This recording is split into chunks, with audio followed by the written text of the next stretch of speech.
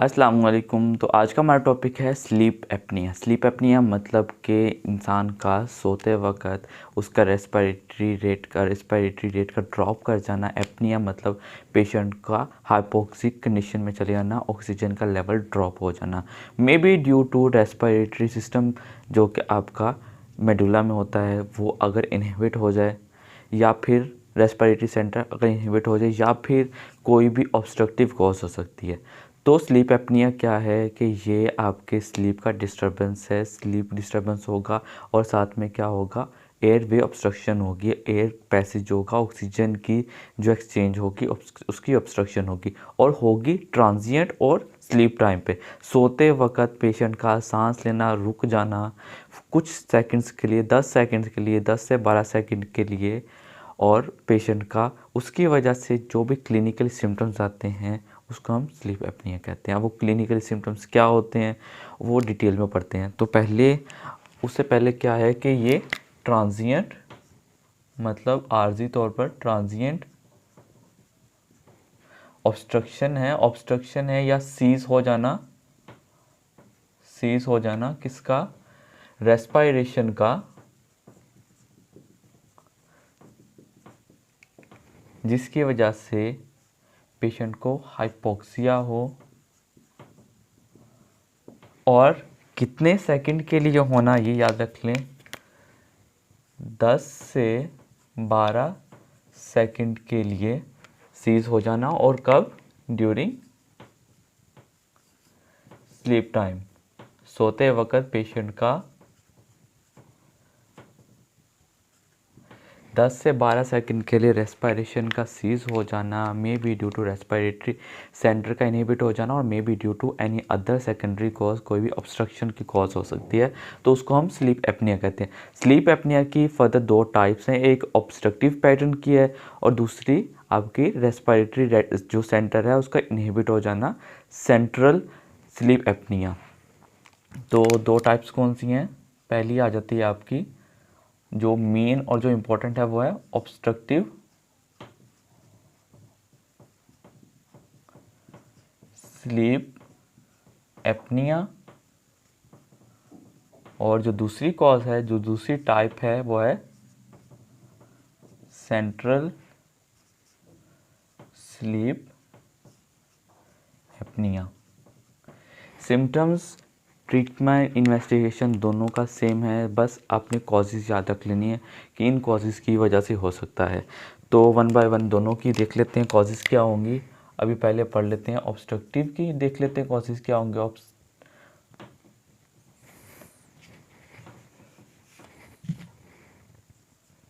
Obstruction की causes क्या होंगे, ऑब्स्ट्रक्टिव स्लीप एपनिया की कॉजेज़ क्या होंगी।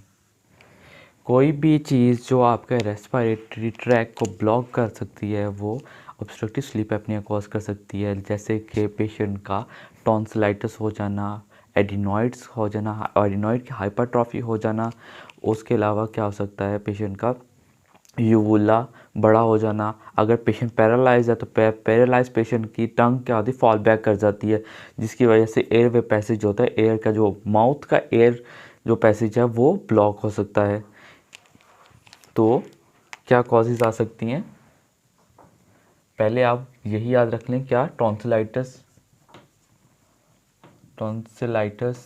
टॉन्सिल्स बड़े हो जाना। उसके अलावा लार्ज यूवुला, और इसके अलावा पैरालाइज टंग।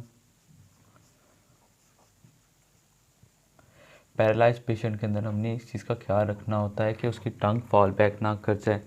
या फिर लार्ज टंग, कुछ पर्सन्स की क्या होती है, जो है टंग बहुत बड़ी होती है, नेचुरली बड़ी होती है, जो कि एक्रोमेगैली में होती है। तो एक्रोमेगैली का एक अलग से पॉइंट है,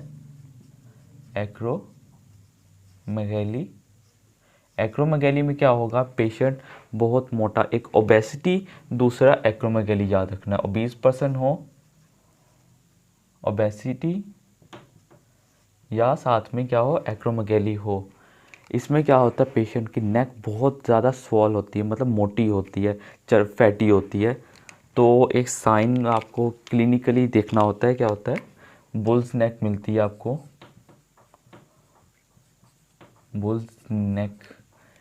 बुल्स नेक हो तो वो स्लीप ऑब्स्ट्रक्टिव स्लीप एटन की और स्लीप ऑब्स्ट्रक्शन कॉज कर सकता है। इसके अलावा कोई भी सर्जिकल प्रोसीजर हो सकता है, लेकिन आपने जो याद रखना वो ये है, नेज़ल सेप्टम का डेविएट कर जाना, डेविएटेड नेज़ल सेप्टम। इसके अलावा और भी बहुत सारी कॉजेज़ है, किसी भी तरह का ऑब्स्ट्रक्शन जो है वो स्लीप एपनिया कॉज कर सकती है। मेन आपने याद यही रखनी है। और इसके बाद आ जाते हैं हम सेंट्रल की कॉजेज़ देख लेते हैं। सेंट्रल की कॉजेज़ में आ जाता है ओपियोइड्स, ऐसे ड्रग्स जो स्लीप कॉज कर सकते, स्लीप साइकिल को डिस्टर्ब कर सकते हैं या फिर आपके रेस्पिरेटरी रेट को कम करते हैं, वो वाले ड्रग्स स्लीप एपनिया कॉज कर सकते हैं, जैसे कि ट्राइसाइक्लिक एंटी डिप्रेसेंट जो है TCAs। उसके अलावा ओपियोइड्स जो हैं,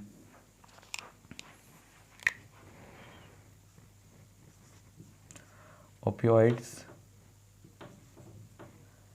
TCAs या ट्राइसाइक्लिक एंटी डिप्रेसेंट्स।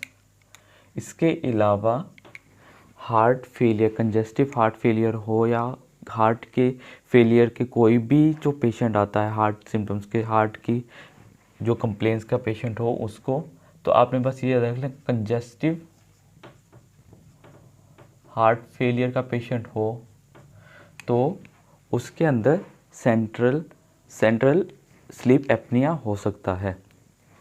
तो कॉजेज़ में आपने मेनली जो याद रखनी है, अगर पेशेंट ओबीज है, मोटा है, उसका गर्दन मोटी है, तो उसका स्लीप डिस्टर्बेंस हो सकती है। इसके अलावा पैरालाइज पेशेंट वाला आपने याद रखना है। और टॉन्सिलाइटिस, बच्चों के अंदर टॉन्सिलाइटिस या एडिनॉइड्स हाइपरट्रॉफी हो सकती है। इसके अलावा बेंजोडायज़ेपिन जो है वो स्लीप एपनिया कॉज कर सकती हैं। तो ये जस्ट कुछ जनरल सी कॉजेज़ हैं। अब आप कर लेते हैं इसके सिम्टम्स, देख लेते हैं सिम्टम्स क्या होंगे इस पेशेंट को सिम्टम्स क्या होंगे। देखो, जब रात के टाइम पेशेंट बार बार उठ रहा है, उसकी स्लीप डिस्टर्ब हो रही है, तो वो सही से सो नहीं पाएगा, सारा दिन वो नींद में रहेगा, सोमनोलेंस का शिकार होगा, मतलब सारा दिन वो स्लीपी रहेगा, सोमनोलेंस होगा, पेशेंट स्लीप की वजह से इरिटेट हो जाएगा, मूड चेंज हो जाना, एंजाइटी, डिप्रेशन पेशेंट का। अब एक नींद ही पूरी नहीं हो रही, वो सारा टाइम देख रहा है कि कब किस टाइम सोए, उसका कंसंट्रेशन ही नहीं होगा। और अगर स्लीप पेशेंट की आपके अगर नॉर्मल जो है वो स्लीप साइकिल नहीं है, तो पेशेंट की जो मेमोरी है, मेमोरी डिस्टर्बेंस होगी, मेमोरी के इश्यूज आ सकते हैं, एजिटेशन हो सकती है, स्नोरिंग, पेशेंट खराटे मारेगा, स्नोरिंग होगी, चोकिंग हो सकता है पेशेंट। तो सिम्टम्स देख लेते हैं, सिम्टम्स क्या होंगे इस पेशेंट के।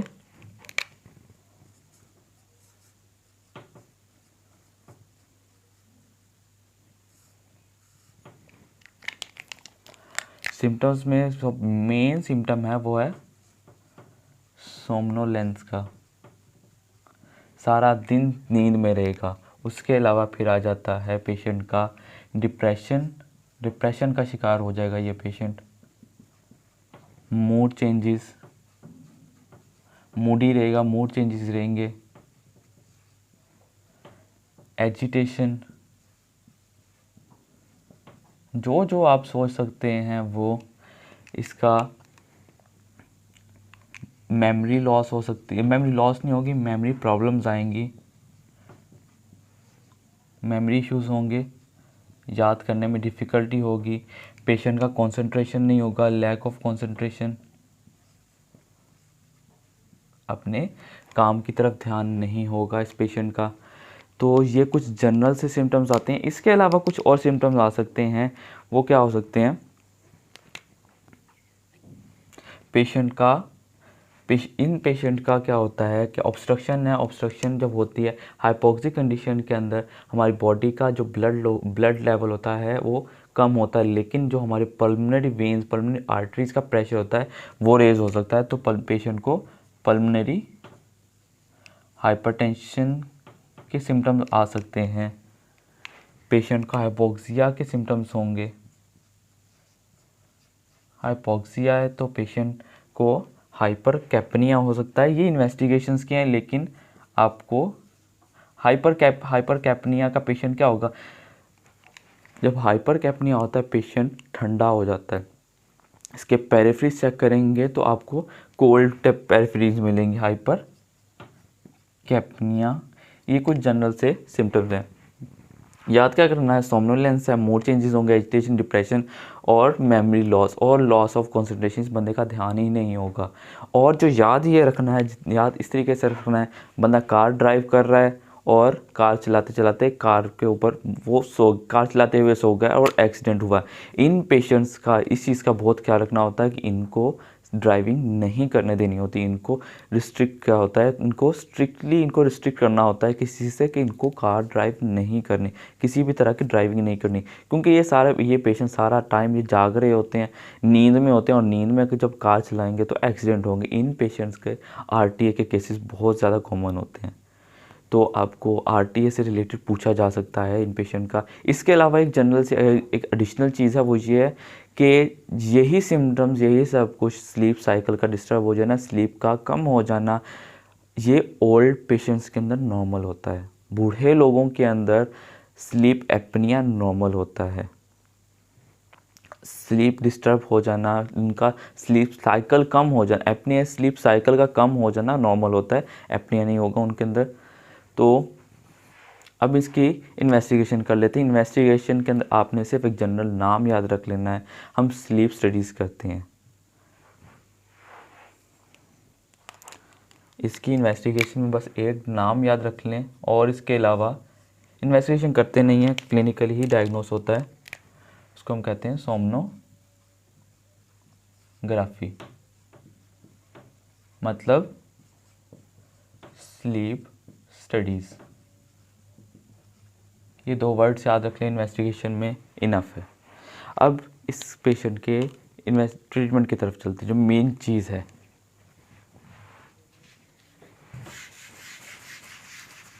अभी अगर इस लेक्चर को मिनट में ख़त्म करना हो तो सिंपली क्या है, ट्रीट द अंडरलाइन कॉज। तो ट्रीटमेंट में ट्रीट द अंडरलाइन कॉज ज़रूर करेंगे, लेकिन आपको क्या करना है, ट्रीटमेंट का मोस्ट एक्यूरेट जो है, डेफिनेट ट्रीटमेंट नहीं, जो आपका बेस्ट इनिशियल ट्रीटमेंट होगा अगर पेशेंट जो है वो कोऑपरेट करेगा, तो वेट लॉस है। वेट लॉस, मोटापा, वज़न का बढ़ जाना बहुत सारी बीमारियों की कॉज है, तो उनमें एक आ जाती है स्लीप एपनिया। तो बेस्ट इनिशियल उसका ट्रीटमेंट जो होगा, बेस्ट इनिशियल ट्रीटमेंट में आपने उस पेशेंट को क्या करना है, अपना वज़न कम करें। सिम्टोमेटिक ट्रीटमेंट करेंगे। इसके अलावा अगर टॉन्सिलाइटिस है तो ट्रीट द टॉन्सिलेक्टमी कर देंगे, या फिर टॉन्सिल्स का ट्रीटमेंट करेंगे, एडिनेक्टमी कर सकते हैं। लेकिन अब पेशेंट का अगर पेशेंट स्टेबल है तो, लेकिन अगर पेशेंट स्टेबल नहीं है तो हम क्या करेंगे, पेशेंट को सीपैप पे शिफ्ट कर देंगे, कॉन्टीन्यूस पॉजिटिव एयरवे प्रेशर पे। अगर पेशेंट फिर भी सीपैप पे भी पेशेंट नॉर्मल नहीं है तो आप उसको बाईपैप पे शिफ्ट कर देंगे। और अगर स्टिल पेशेंट जो है स्टिल अभी भी रेस्पिरेटरी कंडीशंस के साथ अपीयर होता है तो आप उसका डेफिनेट ट्रीटमेंट क्या याद रख लें, डेफिनेट ट्रीटमेंट होगा ट्रैकियोस्टोमी।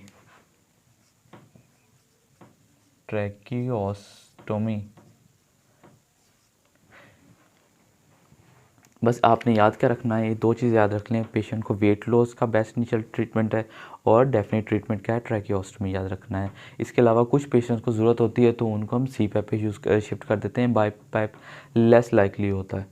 तो ये था स्लीप एपनिया। अब स्लीप एपनिया का जनरली क्या होता है, बेसिकली ये साइकेट्रिक इशू होता है। इसमें क्या होता है, पेशेंट की स्लीप साइकिल डिस्टर्ब होती है, पेशेंट सोता हुआ जाग जाता है, या सोते हुए उसका पेशेंट के रेस्पिरेटरी रेट जो सीज हो जाता है 10 से 12 सेकंड के लिए, कुछ सेकंड्स के लिए भी हो सकता है, 10 से 12 एवरेज सेकंड्स हैं। इसमें पेशेंट को क्या हो सकता है, हाइपोक्सिया डेवलप हो सकता है। और कॉम्प्लिकेशंस, इस पेशेंट को कॉम्प्लिकेशंस आएंगे। अब कॉम्प्लिकेशंस क्या हो सकती हैं, कहते हैं कि अगर आपको सेहतमंद ज़िंदगी गुजारनी है तो अपनी नींद आपको ठीक करनी होगी, अपने स्लीप साइकिल आपकी ठीक करनी होगी। और बहुत सारी ऐसी डिजीज़ हैं जिसके अंदर आप अपने सिर्फ रहन सहन को ठीक कर लें तो आपकी बहुत सारी बीमारियां ठीक हो जाती हैं। आप अपना स्लीप साइकिल डिस्टर्ब है उसको ठीक करें, अपनी डाइट को ठीक करें, एक्सरसाइज करें, तो बहुत सारी ऐसी बीमारियां हैं जिनसे हम बच सकते हैं। सेडेंट्री लाइफस्टाइल छोड़नी पड़ती है, अपने लाइफस्टाइल को इम्प्रूव करना होता है। तो अब लाइफस्टाइल को इम्प्रूव नहीं जो करते हैं तो उनके साथ क्या होता है, ओबीज हो जाते हैं। एक तो आपको बुल नेक मिलेगा, उसका ट्रीटमेंट क्या होगा, वेट लॉस। दूसरा अब कॉम्प्लिकेशंस में आ जाता है, एक मोस्ट इंपॉर्टेंट कॉम्प्लिकेशन है, पाकिस्तान में बहुत कॉमन है, हर दूसरा पेशेंट जो है वो डायबिटीज़ का शिकार है। पेशेंट्स को पहली कॉम्प्लिकेशन क्या आएगी, insulin resistance, insulin resistance leading to type 2 diabetes, diabetes mellitus,